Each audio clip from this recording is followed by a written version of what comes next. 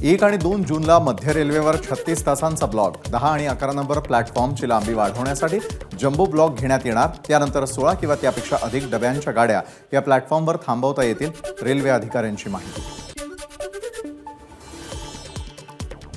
आज मध्यरात्री 12:30 नंतर ठाणे स्थानकामध्ये 63 तासांचा ब्लॉक। प्रवाशांची गैरसोय होऊ नये म्हणून एसटी महामंडळ कुर्ला, नेहरूनगर, परळ आणि दादर स्थानकातून ठाण्यासाठी 50 जादा गाड्या चालवणार, एसटी महामंडळाच्या वाहतूक विभागाची माहिती। मध्य रेल्वेवरील ब्लॉकमुळे बेस्टकडून अतिरिक्त बस चालवण्यात येणार। सीएसएमटी ते भायखळा, धारावी, दादर, कुलाबा ते वडाळा स्थानकासह इतर 9 मार्गांवर 55 अतिरिक्त बसेस धावणार। मध्य रेल्वेवरील ब्लॉक दरम्यान नोकरदार वर्गाला सुट्टी किंवा वर्क फ्रॉम होम जाहीर करा, शिवसेना प्रवक्त्या ॲडव्होकेट सुशीबेन शहा यांची मुख्यमंत्र्यांकडे पत्राद्वारे मागणी।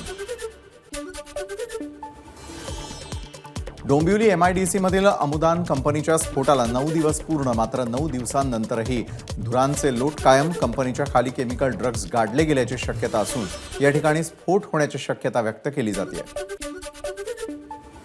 डोंबिवली अमुदान कंपनी स्फोटामध्ये 12 जणांचा मृत्यू तर 9 जण अजूनही बेपत्ता, मात्र 25 ते 30 मानवी अवशेष सापडल्यानं DNA टेस्ट नंतर नेमका आकडा समोर येईल, पोलिसांची माहिती।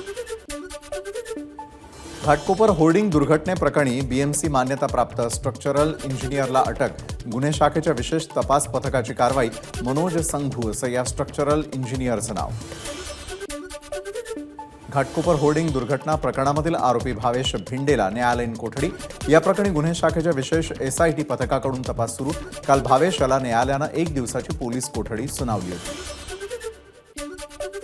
डॉक्टर अजय तावरे, डॉक्टर श्रीहरी हळनोर आणि अतुल घटकांबळे यांना 5 जूनपर्यंत पोलीस कोठडी। तिघांची पोलीस कोठडी वाढवून देण्याची पोलिसांनी केली होती मागणी। कल्याणीनगर अपघात प्रकरणी ब्लड सॅम्पल हेराफेरीमध्ये आता ससूनच्या 2 नर्सची पुणे पोलिसांनी केली चौकशी। या प्रकरणी दोघा डॉक्टरांना पुणे पोलिसांनी केली आहे अटक। राज्याच्या पोलीस महासंचालक रश्मी शुक्ला पुण्यात। कल्याणीनगर अपघात प्रकरणाबाबत पोलीस अधिकाऱ्यांसोबत शुक्लांची बैठक। छत्रपती संभाजीनगरमध्ये 21 वर्षांखालील मुलांना बारमध्ये दारू दिली जाते का, यासाठी महसूल पथक तपासणी करणार। अल्पवयीन मुलं आढळल्यास बार मालकावर कारवाई होणार, जिल्हाधिकाऱ्यांची माहिती। पुणे अपघात प्रकरणी अल्पवयीन मुलाच्या आईची चौकशी होणार। शिवानी अग्रवाल यांनी डॉक्टरांना धमकावल्याच्या आरोपांमध्ये तथ्य आहे का, याची तपासणी करणार। पुणे अपघात प्रकरणी अल्पवयीन आरोपीचे बदललेले रक्ताचे नमुने एका महिलेचे असल्याची माहिती, मात्र हे रक्ताचे नमुने अल्पवयीन आरोपीच्या आईचे असल्याच्या चर्चांना उधाण। भाजपचे वैचारिक मतभेद आहेतच, मनुस्मृतीविरोधामध्ये उभा राहणार। फोटोबाबत अनवधानानं चुकी झाली, स्त्रियांचा अपमान करणारे आम्हाला नको, जितेंद्र आव्हाडांची भाजपच्या आंदोलनावर प्रतिक्रिया। छगन भुजबळांनी जितेंद्र आव्हाडांची पाठराखण केल्यानंतर आव्हाडांनी भुजबळांचे आभार मानले। मनुस्मृतीविरोधातील लढाई सर्व एकत्र लढू, ही आपली भूमिका पाहिजे, आव्हाडांची प्रतिक्रिया।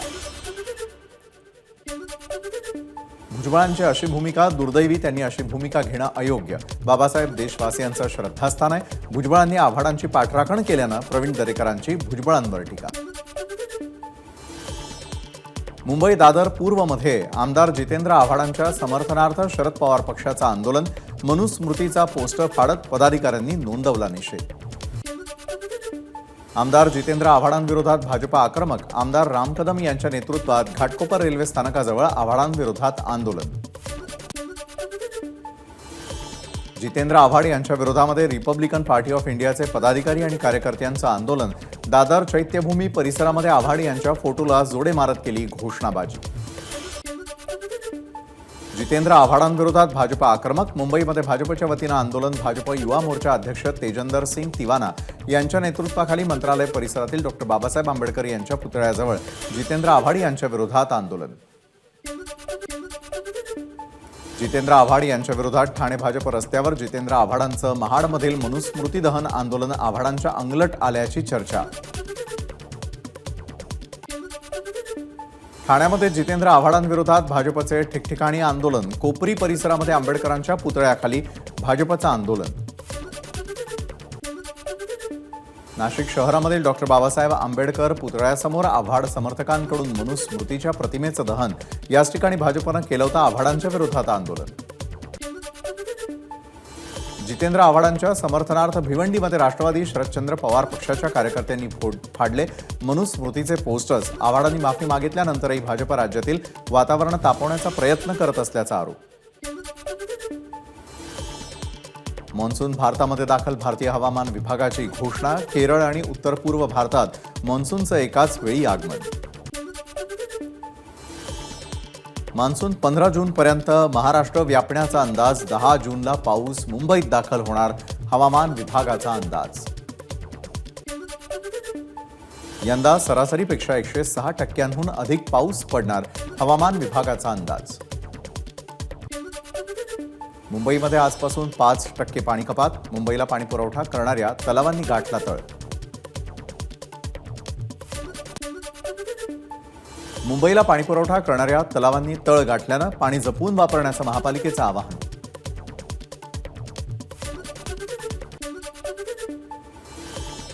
पाणी टंचाई संदर्भामध्ये राज्य सरकार महत्त्वाचा निर्णय घेणार. ज्या भागात पाण्याची टंचाई आहे त्या भागामध्ये सुरू असलेली बांधकामं थांबवण्याचे आदेश देणार.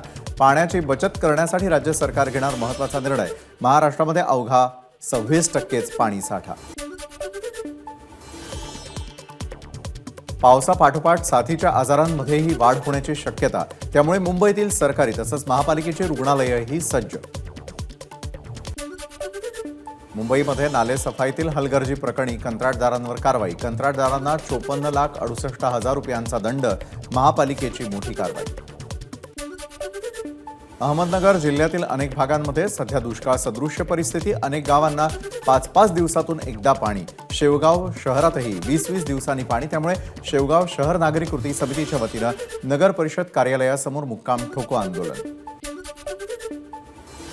लातूर जिल्ह्याच्या निलंगा रेंजमध्ये एका महिन्यात पाण्यासाठी भटकंती करणाऱ्या 7 हरणांचा वाहनांच्या धडकेत मृत्यू. लातूर जैराबाद महामार्गावर कलांडी पाटीजवळ वाहनांच्या धडकेत हरणांचा मृत्यू. भंडाऱ्यामध्ये उन्हाचा त्रास होऊन आजारी पडलेल्या व्यक्तीचा उपचारांदरम्यान मृत्यू. भास्कर तरारे असं मृत्यू झालेल्या व्यक्तीचं नाव. चंद्रपुरात आज 45.6 अंश तापमानाची नोंद तर ब्रह्मपुरी शहरामध्ये 46.9 अंश तापमानाची नोंद. चंद्रपूर शहरामध्ये आज मोसमातील सर्वाधिक तापमानाची नोंद. उपमुख्यमंत्री अजित पवारांच्या बारामतीमध्ये भीषण पाणी टंचाई.